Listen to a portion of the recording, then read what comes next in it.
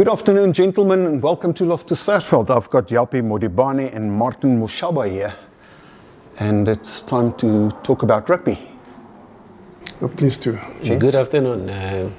Thanks to be here. Yeah, nice to be here. Jappie, I'm going to start with you. Just give us a little bit of background. How are you involved in the junior rugby and in the club rugby at the Bulls?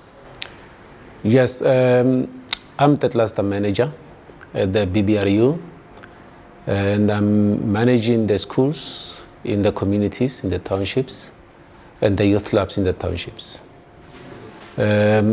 We've got different programs for all these youth groups. We've got the Get Into Rugby, which focuses on grade R to grade 3 in primary schools. And then we've got the VUGA, which focuses on the under 15s and under 18s at high school level. And we also have our community youth clubs, and they actually, combine all the primary schools and high schools age groups into one, starting from 6-year-olds up until the 18 years old. Tell us about the different age groups and how they actually play the game. I know that the people that watch this program, they know the Billikie rugby and they know the development around Billikie rugby. Take us through the whole system. What do you do as far as coaching is concerned, development is concerned, stuff like that, and the rules. That's also an important part. Yeah. The laws. Yes. What happens is that we, in my role, we don't just focus on players. We also focusing on the development and identification of coaches in the communities and referees as well. And from primary schools, what happens is that the format that they play, we only play tech rugby. We use tech belts. We don't play contact at that level. And also, as if you have seen the Billikie rugby program, it's tech rugby. It's non-contact. We start playing non-contact at under 13 at high school level. It's where we start introducing contact rugby. And our reasons are very simple. We introduced this game to kids in a very fun way. We want kids to enjoy themselves. We want them to enjoy the game. We don't want them to get hurt, because once they get hurt, then they start viewing the game as rough and dangerous. So we're doing it in a fun way so that they enjoy, and also we want to keep the parents as our main sponsors, because they are bringing their kids to games, and they actually selling the game for us, because when their kids enjoy, the parents enjoy, and that's what we want to see happen. I've heard many parents complaining about just exactly that type of thing that you're talking about. I'm scared that my kid is going to get hurt. I'm scared that rugby is going to become something that will end the life of my child as it is, as a healthy child. How do you address that? You've touched on it, but how do you address that to explain that to parents that it is controlled? Yes, fortunately enough, rugby is no longer like in the past years. I would say we play modern rugby. It's supported by science. We've got programs in place that make sure that we safe. We keep our kids safe. We keep our rugby safe. We've got BoxMat as one of the programs that addresses the safety in rugby.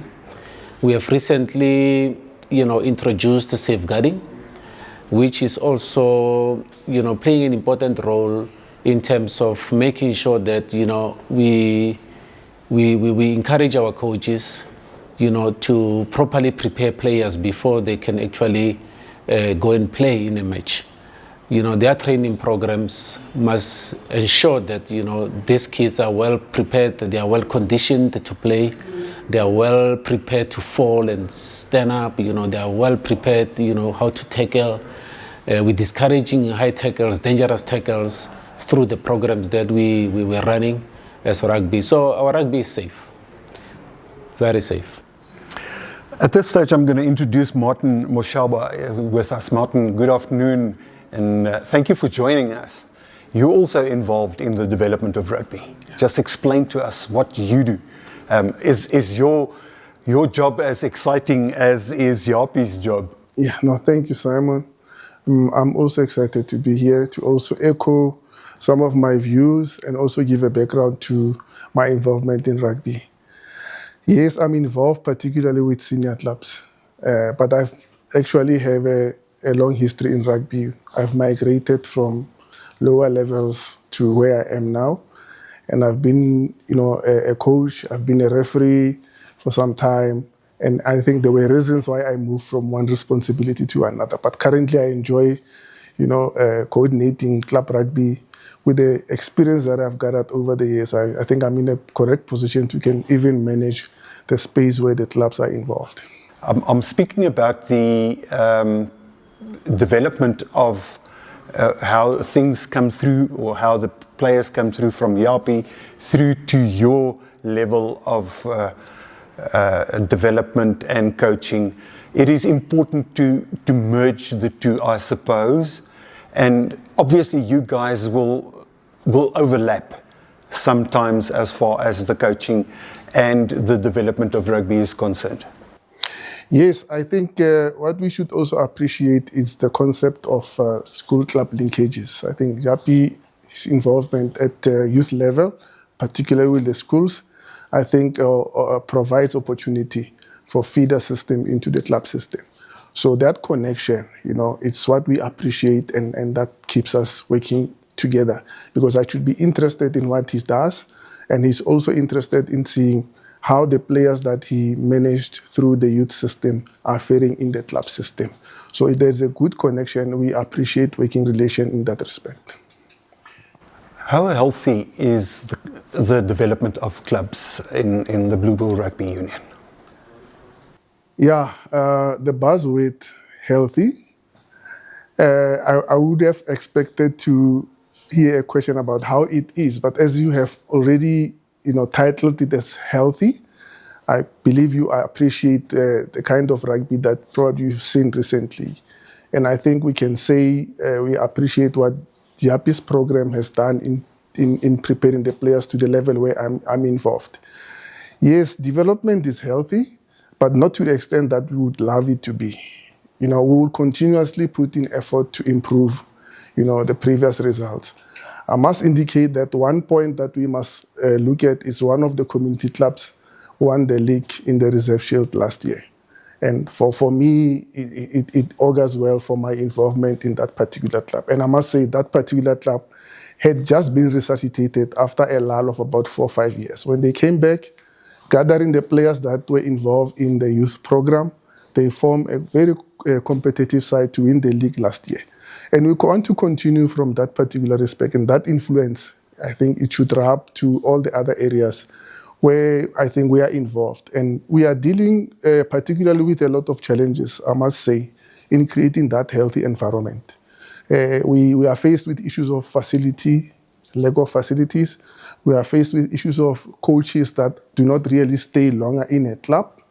And we are also particularly faced with livelihoods challenges, socio-economic problems, because the coaches, they want to get involved as volunteers, but ultimately they realize they are stuck in rugby and they want to make a livelihood out of it.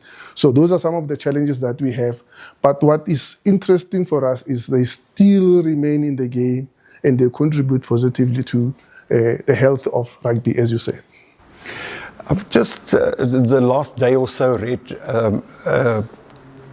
mention of the president of the Blue Bulls Rugby Union, Willem Strauss, about the so-called elite schools that produce the elite players. And he's also made mention of the non-elite schools, the schools that will fall off as far as that title is concerned, but also that they contribute to elite players and guys that make it initially far from here. How do you guys get that perception entrenched in the players, in the development? What do you say to a young guy? What do you say to a club rugby guy? Can I get an answer from both of you two? Yeah, I think those are some of the challenges that we are faced with, but they are challenges that are actually manageable. Obviously, elite rugby, it's not just a pie in the sky. It's something that can be actually achieved. Is achievable. We encourage them to stay in the game, for them to play, to take the rugby serious, and by luck, some of them, they might actually get bursaries from the very same elite schools that will absorb them, and they might also be lucky to go through that system, go to the mainstream rugby and be Springboks one day. Yeah, I think I would agree really on the concept of the elite, in terms of general rugby in Pretoria, but there's a lack of that applying to community rugby schools, because the schools themselves, having been under the auspices of the department, are not really well supported from that perspective. So they only rely on what we do for them. And obviously with our limited resources, we can do as much. But I must say, we are focusing on creating that, knowledge of elite environment that can also transcend to the club system, because there is also a talk of an elite side in the club system as well. If you could leave us with one golden idea, what is in your mind as far as this episode is concerned? What will you leave out there? What will you say to the viewers? Yeah, my parting shot would be, for our community schools to have, sports facilities. Not necessarily, for rugby only, but we need sports facilities. There is a lot of talent. You see when you go to these schools, you look at the faces of these children, you see a lot of passion. You see, hunger for them to play, sport. The only thing that they are short of is facilities. Thank you. Yeah, I think that kind of support, as Jappie is saying, it's very, very crucial. And I want to believe we just need to support the interest and the passion that we see in the faces of these particular players from young level up to the senior club. So if we can gather enough support from our partners and support all these systems, and even speak to government, particularly to schools, that they support the schools and we bring our side technically, then I think we can win this, transformation, as it always been said, because we are not doing much, but we need to, change the mindset of people and gather enough support from the relevant partners, then we can win this. Thank you. Gentlemen, I'm going to close because I remember a man that I met here at Loftus Versfeld, and he is still an icon here, Wynie Strydom. He said to me, the best friends that I made in life are the friends that I made through rugby. I suppose that we agree. We agree. Yes, thank you. Yes, we do. Jappie Modibane and Martin Moshaba, thank you, gentlemen, for being here this afternoon. Good luck. Thank you very much, Simon. Thanks, Simon.